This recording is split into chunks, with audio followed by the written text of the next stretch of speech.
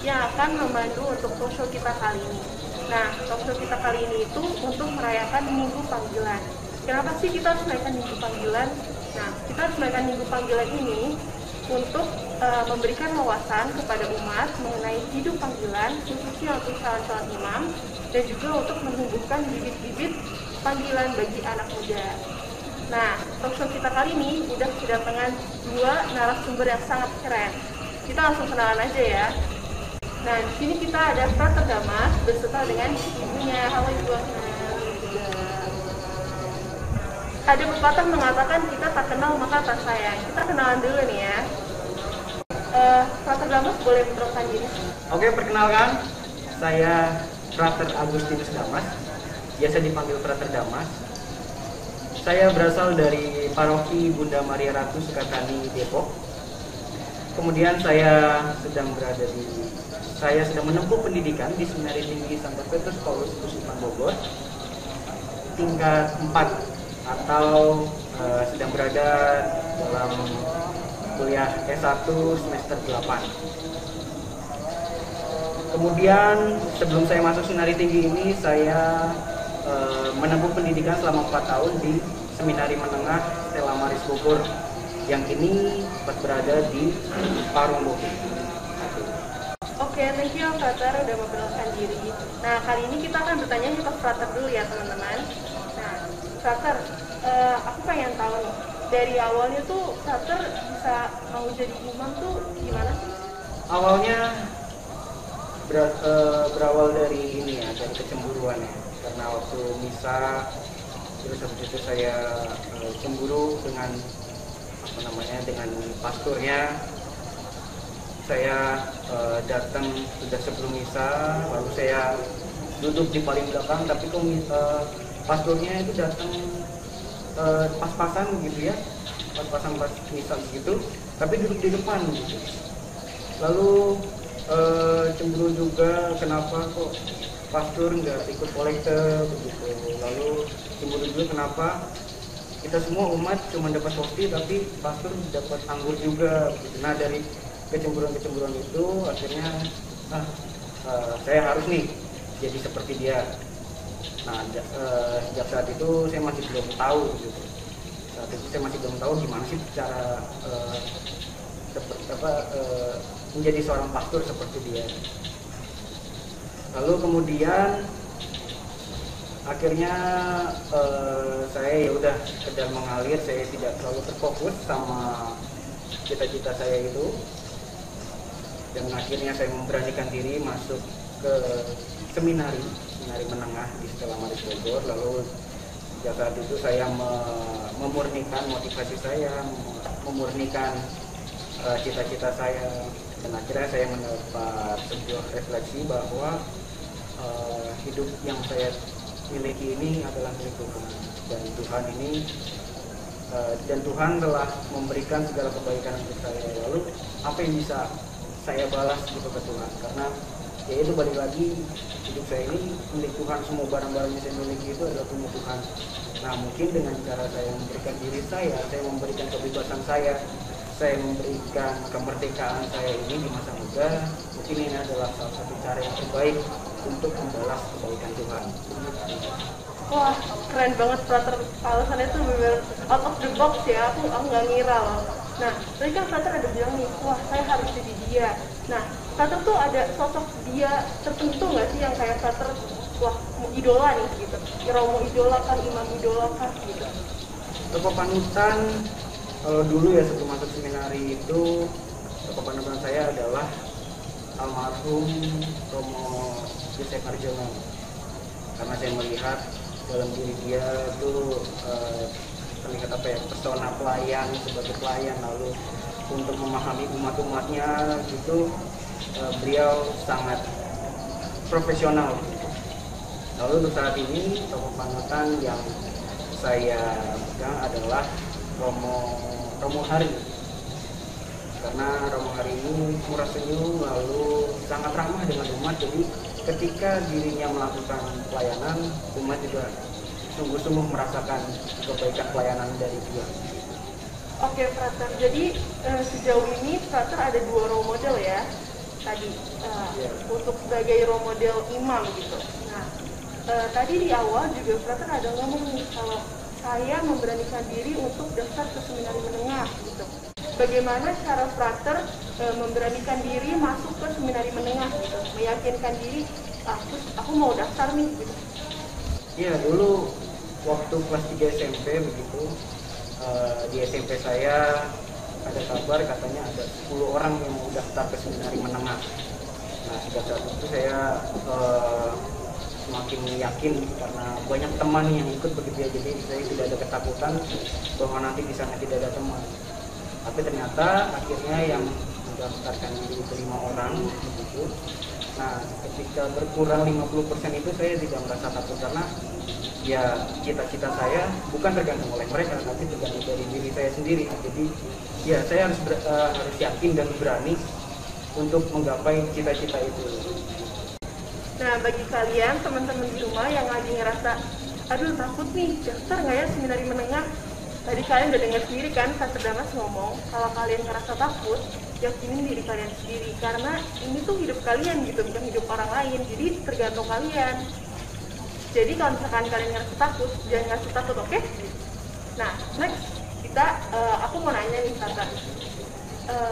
Mungkin di awal tuh Frater nggak ngerasa takut gitu ya, tapi ada nggak sih perasaan-perasaan kayak, aduh, kok kayaknya nggak bebas ya, atau gimana sih yang Frater rasain di awal pas masuk seminari? Wah, itu kalau misalnya di awal ya benar-benar ngerasa bergulat banget sih, karena bagaimana saya tuh harus merubah kebiasaan saya yang biasanya mungkin saya malas-malasan gitu di rumah, tapi di seminari dengan adanya jadwal yang sudah menjadi rutinitas begitu, saya harus membiasakan diri untuk contohnya bangun pagi, lalu untuk bersih-bersih rumah, pokoknya bagaimana saya harus bisa membiasakan diri untuk mengatur diri saya sendiri. Jadi saya harus bisa merubah kebiasaan-kebiasaan yang telah saya lakukan di rumah gitu, karena sedikit bertolak belakang.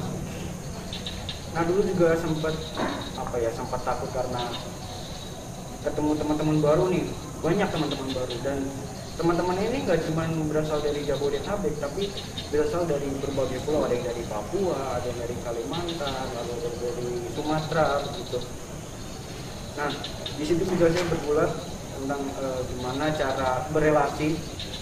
Oh, berarti cara saya berelasi dengan orang Kalimantan seperti ini, saya berelasi dengan orang Papua seperti ini begitu. Nah, itu di situ penyesuaian masih sangat sulit, tapi itu kuncinya bagaimana saya tetap bisa mengikuti arus dan saya tetap setia di dalam perjalanan begitu. Nah, teman-teman, seperti biasa lah ya, namanya penyesuaian itu pasti ada dimanapun kita berada. Misalkan kayak pindah sekolah gitu, ada teman-teman baru, itu pasti ada penyesuaian dan nggak semuanya mungkin berjalan mulus. Nah, itu sama aja kayak di seminari. Nah, sekarang kita tanya nih Frater, mungkin suka dukanya di seminari itu apa aja sih yang Frater udah alami sendiri gitu? Boleh diceritakan sedikit? Ya, kalau di seminari tentu dukanya banyak godaan ya, ketika melihat teman-teman yang lain, teman-teman di luar itu bisa pergi ke mall dengan bebas, lalu bisa bergaul dengan bebas gitu. Saya terkadang merasa iri begitu, namanya anak muda begitu kan, jiwa sosialnya mungkin lebih menggebu-gebu, tapi semua itu terbayar ketika kalau di seminari itu masih banyak teman, dan karena karena kami itu satu rumah, kami ini satu atap, jadi kami itu menjadi teman bukan hanya sekedar teman, tapi lebih dari sahabat. Bukan hanya sekedar sahabat, tapi lebih dari sahabat, karena kita tahu bagaimana sikap dia, kita tahu bagaimana latar belakang keluarganya begitu. Jadi kita benar-benar saling mengenal gitu satu sama lain. Kemudian sukanya juga di sana itu karena rutinitas yang sudah disediakan oleh seminari, jadi saya menjadi diri saya menjadi terbentuk bagaimana saya bisa hidup mandiri, bisa hidup mungkin lepas dari orang tua begitu. Lalu bagaimana saya bisa mengatur diri saya, dan menurut saya itu benar-benar sudah terbayar lunas lah untuk menutupi duka-duka yang telah saya alami di seminar ini. Nah, kalau soal duka itu pasti di mana-mana ada lah ya, Frater. Nah, saya sendiri kalau misalnya lagi ngerasain duka atau lagi kayak sedih itu pasti ada cara-cara saya sendiri untuk bikin seneng lagi. Nah, teman-teman di rumah juga pasti ada kan tips-tips sendiri untuk bikin diri sendiri tuh back to the mood gitu kan. Nah, sekarang aku mau nanya nih Frater. Frater juga ada nggak sih cara-cara untuk Frater sendiri kalau lagi ngerasain duka supaya bisa happy lagi gitu? Ya, tentu banyak cara sih ya untuk mengatasi duka, dan masing-masing orang tadi seperti yang Rifki katakan punya cara-cara yang sendiri. Tapi kalau saya sendiri, cara mengatasi duka adalah karena saya punya banyak teman di sana dan teman-teman saya mengenal saya di dalam, saya pertama cerita dulu ke teman saya. Saya nggak masalah dia mau memberi saran atau masukan atau enggak, yang penting saya untuk meluapkan apa yang jadi duka dari saya gitu. Lalu kemudian saya juga mengatasi rasa duka dengan cara, karena di seminar itu banyak kegiatan dan banyak hal yang bisa saya lakukan seperti berolahraga atau bermain musik. Biasanya saya luapkan di situ. Bagaimana saya membalikan mood saya supaya jadi senang lagi. Jadi banyak cara yang bisa saya lakukan di sana. Karena di sana kan ada hal yang didapat juga ketika saya mengatasi rasa duka, tapi saya juga bisa mengembangkan bakat saya. Oke, jadi ada baiknya ya Frater kalau duka di seminar itu malah jadi bakat gitu ya. Oke, nah teman-teman, mungkin seperti yang kalian tahu, kalau seminar itu seperti asrama ya. Jadi kita nggak tinggal sama orang tua kita, tapi kita tinggal bersama teman-teman baru nih di rumah baru. Nah, aku juga mau nanya nih sama Frater, mungkin kan udah berapa tahun gitu ya, sampai SMP 3 ya tadi ya Frater, itu tinggalnya sama orang tua gitu. Terus tiba-tiba sekarang harus tinggal di seminari, nggak sama orang tua di rumah. Itu kan pasti ada, aduh kangen nih gitu ya, aduh mama lagi ngapain ya, papa lagi ngapain ya gitu. Nah itu Frater gimana cara ngatasin kerinduan itu tuh? Oke, di awal ketika di seminari menengah ya, karena kami tidak diperbolehkan untuk membawa HP gitu. Jadi ketika kami rindu dengan keluarga, ya kami hanya bisa meluapkan bersama dengan teman-teman, karena kita harus bisa menempatkan bahwa teman-teman yang menjadi satu rumah pada saat itu adalah keluarga kedua bagi kami sendiri. Jadi kalau misalnya emang masih ingin berkomunikasi dengan orang tua, seminari telah menyediakan alat komunikasi itu untuk para seminaris, untuk anak-anak seminari, supaya bisa menghubungi orang tua, lalu bisa tanya kabar, lalu bisa ya berkomunikasi dengan keluarga di rumah. Frater kan masih muda nih Frater, ada nggak sih keinginan untuk jadi kayak kita gini anak muda yang bisa secara bebas gitu nongkrong, nonton, ke kafe gitu? Ya tentu ada sih ya, karena apalagi sekarang anak-anak muda tuh benar-benar mengupload semua kegiatan di sosial media begitu, dan kami sebagai Frater pun bisa melihat kegiatan-kegiatan mereka, dan ya jujur terkadang kami suka iri gitu. Tapi tenang saja buat teman-teman yang ingin mendaftarkan diri sebagai calon imam, kami tidak sepenuhnya selalu di asrama. Kami tetap mempunyai jam-jam bebas supaya kami bisa jalan-jalan, supaya kami bisa pergi keluar asrama, sehingga di situ juga kita bisa seperti anak-anak muda yang lainnya walaupun tidak sebebas mereka. Betul. Nah ternyata teman-teman di seminar itu masih boleh loh jalan-jalan keluar, main medsos, terus kita juga masih ada waktu bebas nih ya dikasih dari seminaris seperti yang tadi Frater Damas sudah bilang.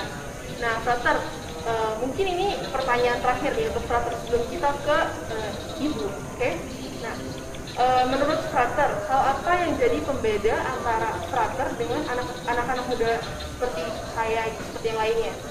Yang menjadi pembeda tentu banyak ya, karena kami itu benar-benar dilatih dalam aspek kepribadian. Pertama, dalam aspek kepribadian bagaimana kami itu harus bisa hidup mandiri, Lalu dalam aspek kerohanian pun juga kami dilatih bagaimana kami itu tetap setia untuk berdoa, lalu tidak hanya berdoa tapi bermeditasi atau dan lain sebagainya. Pokoknya bagaimana kami ini mengolah kerohanian kami dengan cara berdoa, lalu bermeditasi dan lain sebagainya.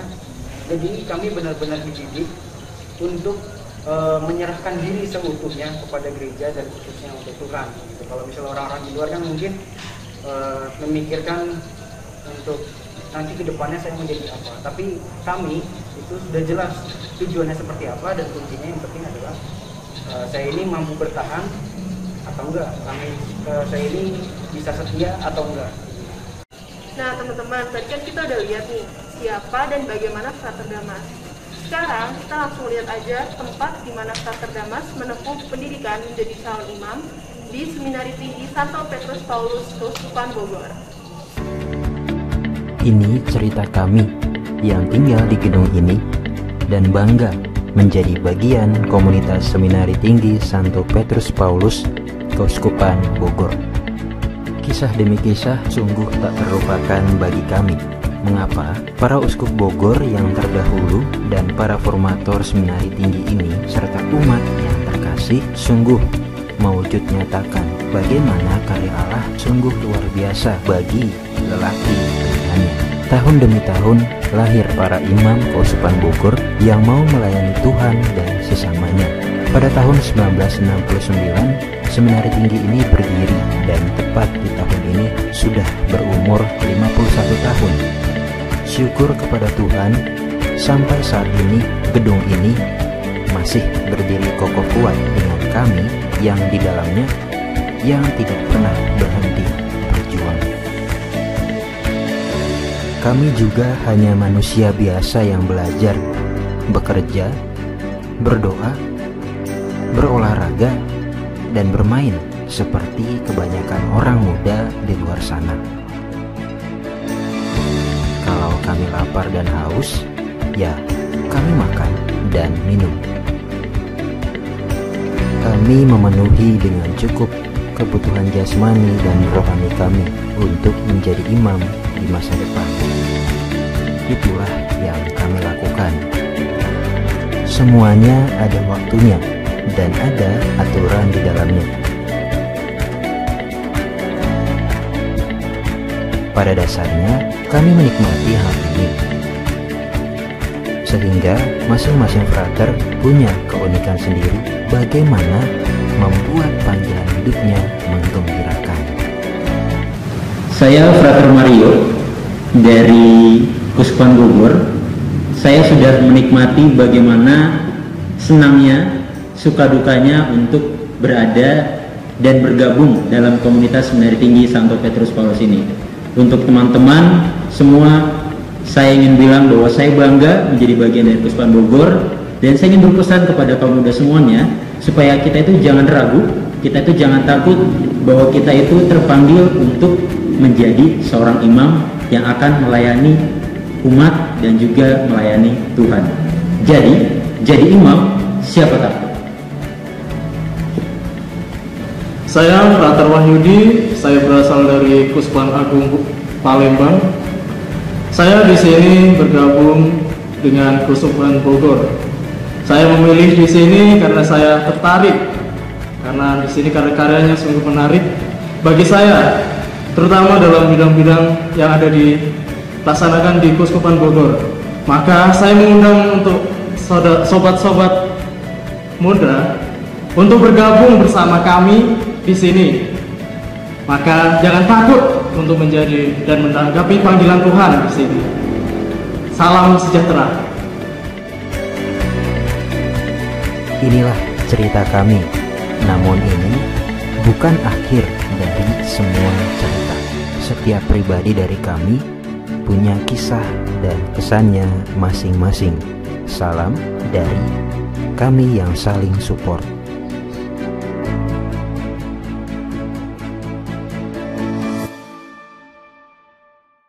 Nah teman-teman, tadi kan kita udah dengar nih dari Frater Damas gimana kalau sekarang kita dengar langsung dari mamanya Frater Damas. Halo Tante, apa kabar? Halo juga, baik. Puji Tuhan. Nah, Tante, aku mau nanya nih, waktu Frater Damas awalnya memutuskan untuk mau masuk seminari menengah, itu apa sih yang Tante rasain? Takutkah, khawatirkah, atau apa gitu kayaknya? Oke, terima kasih atas kesempatan pada hari ini. Pada waktu saya mengetahui atau mendengar bahwa anak saya ingin menjadi pastor, yang pertama kali diucapkan sih waktu itu saya hanya biasa saja, karena waktu dia mengucapkan itu masih kecil. Itu pun juga karena saya tanya, adik kalau sudah besar mau jadi apa? Dia menjawab menjadi pastor. Dan itu pun sering saya pertanyaan itu sering saya tanyakan dan jawabannya itu, tapi saya anggap itu bahwa anak itu mungkin masih ikut-ikutan gitu. Tapi setelah dia pas kelas 4 waktu komunitas pertama, nah ada suatu peristiwa, kebetulan di situ ada pastor yang diidolakan, membuat dia yang agak kecewa gitu. Nah, sehingga sampai di rumah itu dia hanya diam, cemberut, ya, karena dia kalau misalnya mengalami peristiwa yang beda, yang sangat bahagia atau yang menyedihkan, dia kelihatan sekali perubahannya. Nah, saya tanya waktu itu, kenapa kok cemberut? Akhirnya dia langsung jawab, adik gak mau lagi jadi pastor. Saya kaget, loh kenapa? Ya maaf ya, waktu itu dia bilang, masa jadi ngomong marah mulu. Nah itu yang membuat dia sama sekali panggilan ya atau keinginan itu hilang, nggak ada sama sekali. Nah waktu dia bilang tidak suka atau tidak ingin jadi pastor, akhirnya suka saya, jadi pastor tuh enak loh, jadi pastor tuh begini, saya iming-iming terus gitu. Tapi setelah SMP kelas 2, keinginan itu timbul ada lagi selagi waktu dia berjalan di sekolah ya. Waktu dia berjalan dibelai sama seorang suster. Nah suster ini mengatakan sambil membelai rambutnya, aduh ini anak pantasnya jadi pastor. Nah sampai di rumah itu mungkin kalimat itu dia membekas ya. Dia bertanya lagi, Bu, emang adik pantas ya jadi pastor? Nah itu mulai saya kaget gitu di situ. Kalau yang pertama kali mendengar saya tidak kaget karena itu pertanyaan dari saya, tapi setelah dia menyatakan sendiri itu justru saya yang kaget. Saya hanya menjawab, pantas dan tidak hanya tergantung dari diri kamu sendiri. Kalau kamu merasa memang ingin karena tidak ikut-ikutan, itu pantas. Tapi kalau hanya kamu mencoba-coba, hanya disuruh atau mengikuti teman, itu kamu tidak pantas.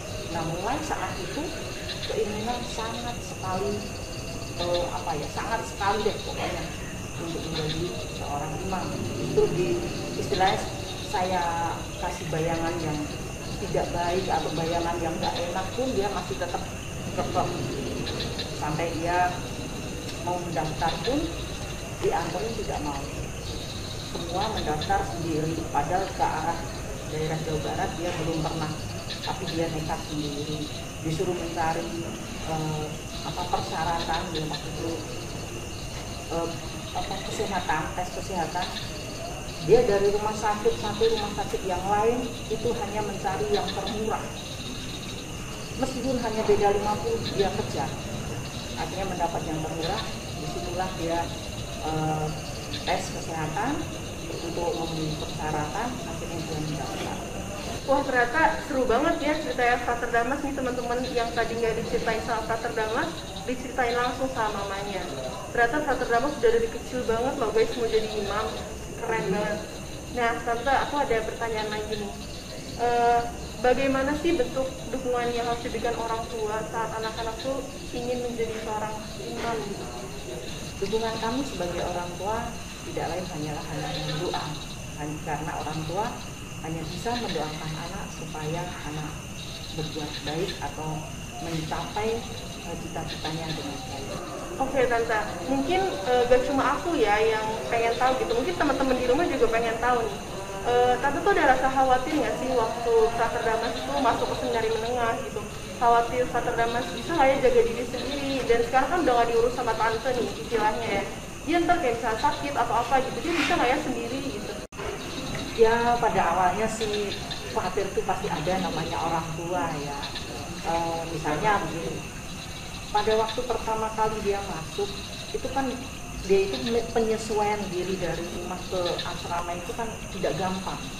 Yang mungkin di rumah mungkin biasa bangun siang, terus kalau misalnya siang nggak pernah tidur, atau mungkin kalau di rumah begitu bangun tidur terus nanti tidur lagi gitu. Tapi kalau di asrama kan tidak ya, jadi penyesuaian. Nah itu juga saya merasa khawatir, bisa nggak ya si anak ini menyesuaikan gitu. Kemudian terus kalau makan, seperti makan itu kadang saya di rumah misalnya biasanya saya pakai tempe misalnya, pas lagi makan tuh anak saya makan nggak ya, itu pasti ada gitu ya. Makan apalagi yang sedikit agak enak dikit ya, itu juga aduh makan pakai apa ya anak saya, itu gitu kekhawatiran saya. Khawatir mah pasti ada lah ya tante, semua orang tua pasti ada khawatir untuk anak-anaknya, apalagi kalau jauh dari mereka gitu ya. Nah, tadi kan kita udah nanya nih ke frater, suka dukanya frater yang menjalani kehidupan di seminar itu apa. Nah, kalau suka dukanya orang tuanya dari frater nih apa tante? Suka duka, kalau suka ya ada, kami merasa bangga ya, dan senang karena anak saya berani menjawab panggilan Tuhan ya. Karena apa? Tidak semua anak muda itu bisa menjawab.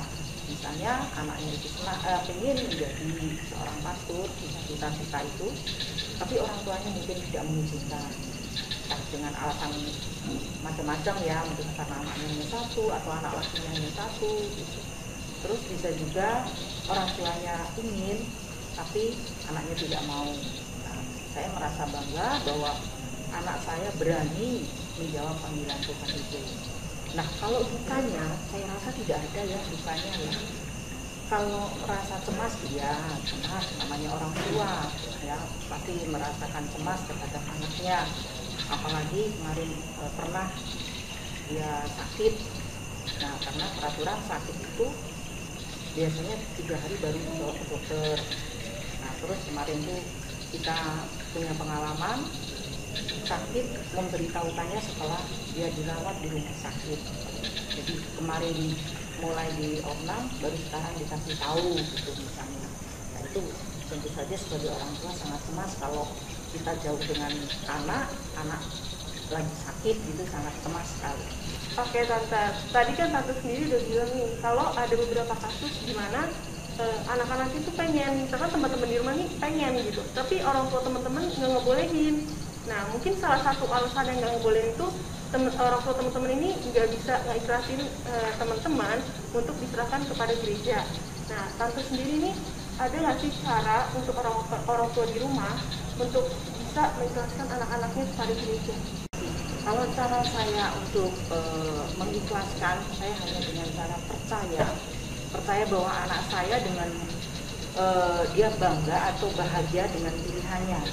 Dan percaya juga bahwa dengan pilihannya itu anak saya itu bisa berkembang, bisa tumbuh, semakin dewasa dalam iman.